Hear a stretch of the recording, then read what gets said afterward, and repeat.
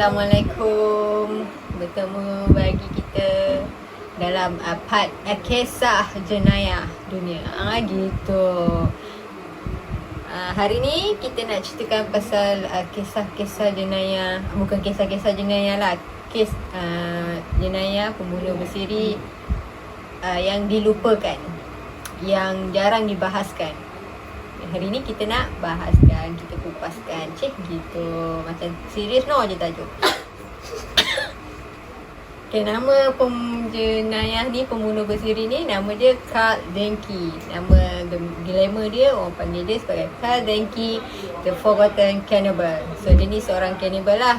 Kalau korang tak berapa sure apa cannibal tu dia sejenis penyakit mental di mana dia suka makan orang.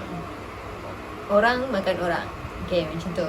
Secara roughly lah dia punya dia punya explanation apa itu cannibal.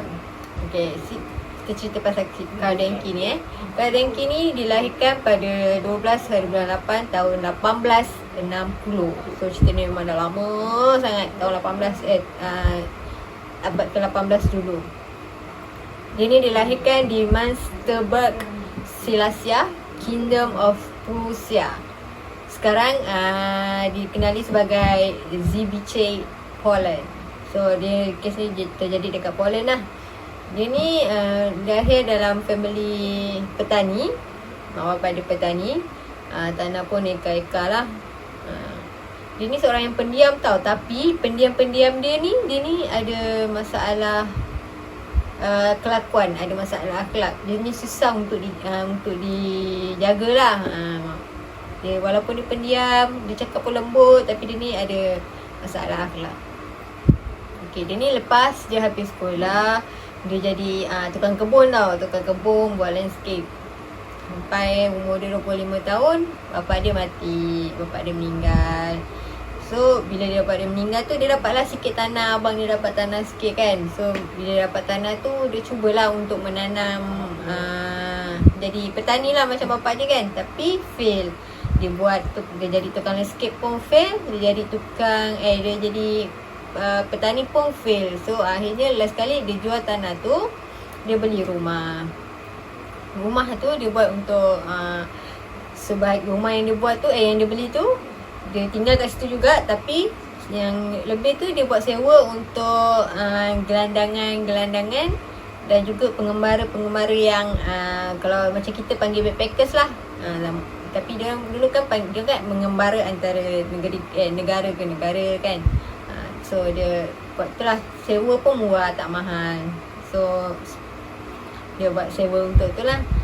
Lepas tu dia ni dekat kawasan rumah dia, bukan kawasan rumah dia, dia dekat kawasan rumah dia lah. Dia ni sukarelawan dekat gereja tau. So dia seorang yang baik. Memang orang-orang komuniti dekat gereja tu pun memang suka dia. Komuniti dia ni panggil dia ni sebagai Papa Denke.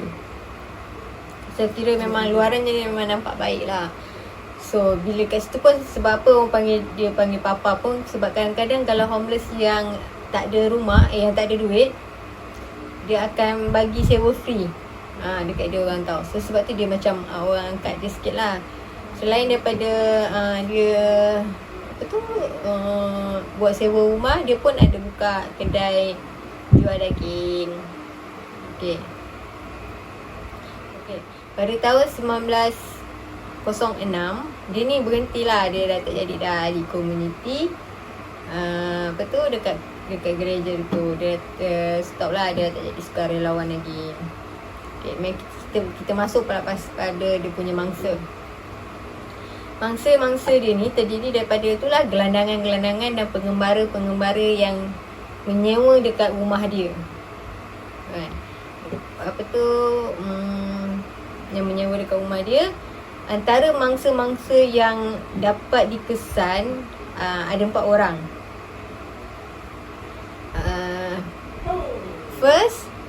First mangsa dia adalah Ida Lerner. Dia dibunuh pada tahun 1903. Tapi ada juga yang mengatakan ada juga tak menyebut yang dia ni. Ada yang mangsa pertama dia ni adalah Emma Sandler, umur 25 tahun, masa dia dibunuh tu pada tahun 1909. So ada dua pendapat lah, sama ada si Ina Lena ni yang jadi mangsa pertama dia ataupun Emma Alexander ni. Ada dua pendapat. Ada yang kata dia start membunuh tahun 1903, ada yang kata dia start membunuh tahun 1909. Okey. Mangsa dia yang ketiga, lupa. Yang Emma Sandler ni, masa dia dibunuh ni, yang kena tangkap bukan dia tau, kawan dia. Dia kan buka kedai jual daging.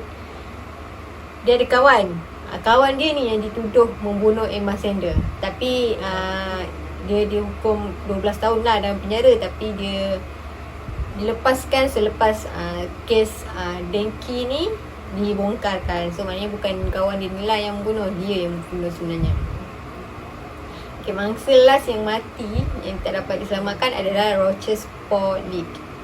Okay, ni antara mangsa yang kita tahulah. Okay, mangsa dia yang keempat ni, yang menyebabkan dia kantor ni adalah gelandangan yang nama dia Vincent Olivier. Dia ni maksudnya masa dia nak membunuh tu, mangsa si Vincent ni, dia dapat larikan diri tau. Masa tu si Denki ni nak bunuh dia dengan cara kapak.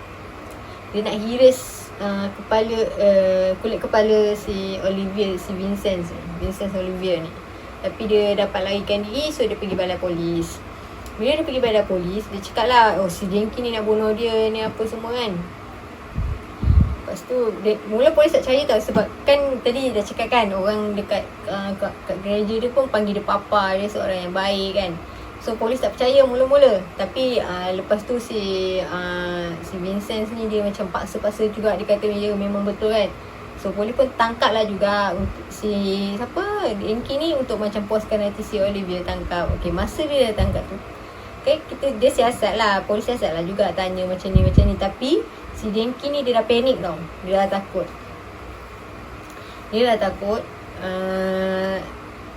Mula-mula dia cakap dia buat macam tu sebab si Vincent ni nak rompak dia. So dia macam pertahankan diri lah. Tapi macam bila polis siasat, si Denki ni kan dia dah panik kan. Akhirnya dia ambil keputusan untuk bunuh diri di dalam sel tahanan dia tu lah. Dia bunuh diri dengan menggantungkan diri dia. So bila dah gantungkan diri, polis panik lah. Yelah, orang tu kiranya ada nama kan dekat kawasan tu. So bila dah bunuh diri, polis nak jaga juga image dia kan. Lepas tu bila polis pergi geledah ke rumah dia ni, dekat situlah terbongkar segala rahsia-rahsia si Denki ni. Bila polis buka je rumah dia tu, geledah, nak check kan. Lepas tu kat situlah dia nampak segala macam aktiviti cannibalism dia ni. Apa yang dia jumpa adalah satu ledger rekod pembunuhan si Denki ni. Denki ni dah ada simpan rekod dia lah, rekod dia membunuh. Tapi dalam rekod tu ada tulis 31 nama sahaja, termasuk yang Olivier ni. So yang confirm mati adalah 30 orang. Tapi yang peliknya, dekat dalam rumah tu ada terlampau banyak tulang. Bila macam bila polis check, macam asing-asing kan, kita buat pack tulang-tulang tu, dianggarkan ada lebih kurang 42 orang mangsa atau lebih. So kiranya paling sikit 42 lah. Maybe pair tu ada yang tak masuk ataupun tak sama kan. So sama ada 42 orang atau lebih, dianggarkan lah mangsa dia tu, bukan 30. Maknanya ada mangsa-mangsa yang si Denki ni tak masuk dalam dia punya list. Tulang yang dijumpai adalah 16 pasang femur, tulang peha. Kan kita ada banyak tulang kerangka kan, 5 pasang tulang kerangka yang pertama, dan selebihnya tulang kerangka ada 150 tulang kerangka. Lepas tu ratusan kaki kan, tapak kaki ni, bukan tapak kaki, antara buku lali ni, sampai buku lali ni. Lepas tu buku lali dan ratusan tulang tangan.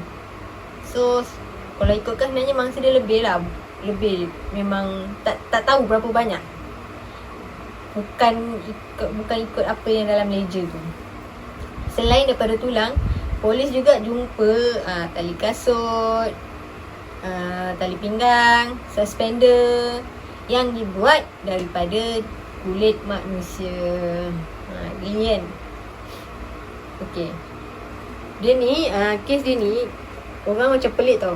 Kenapa dia membunuh? Bukan kenapa dia membunuh lah. Sebab kita nampak dia orang nampak dia macam baik, soft spoken, lemah lembut kan. Tak buat jahat. Dia ni sebab dia pun kadang-kadang dia menolong juga kan, gelandangan-gelandangan tu kan. So orang kata kemungkinan dia ni ada simptom Hyde and Jekyll lah. Dia ada dua watak dalam diri dia. Satu watak yang baik tu, yang orang nampak luaran tu. Satu lagi watak adalah watak dia yang membunuh. Okay. Kenapa dia ni dipanggil The Forgotten? Sebab masa kes dia ni jadi, ada dua je surat khabar yang cover cerita dia. Yang lain tak ada orang cover. Surat khabar tu nama dia Frankenstein Monsterburger Zeitung. Zeitung tu surat khabar lah, newspaper. Okay, tu satu yang report pasal kes dia ni. Lepas tu ada lagi satu tu Monsterburger Zeitung tu pun dia lagi sekali dia buat, dia cover lagi detail lah. Tapi tu je dua yang cover. Lepas tu next ada lagi satu jurnalis ni, dia bawa topik ni dekat satu conference. Dia pun tulis tajuk dia pun memang The Forgotten Cannibal, Karl Denke. Tu pun mati kat situ je cerita dia. So memang orang tak ambil tahu sangat lah pasal dia ni. Macam kes dia ni macam dilupakan sikit. Kes pun dah lama kan, sebab dia pun dipercayai first serial killer dekat dunia. First psychopath, first serial killer macam tu lah.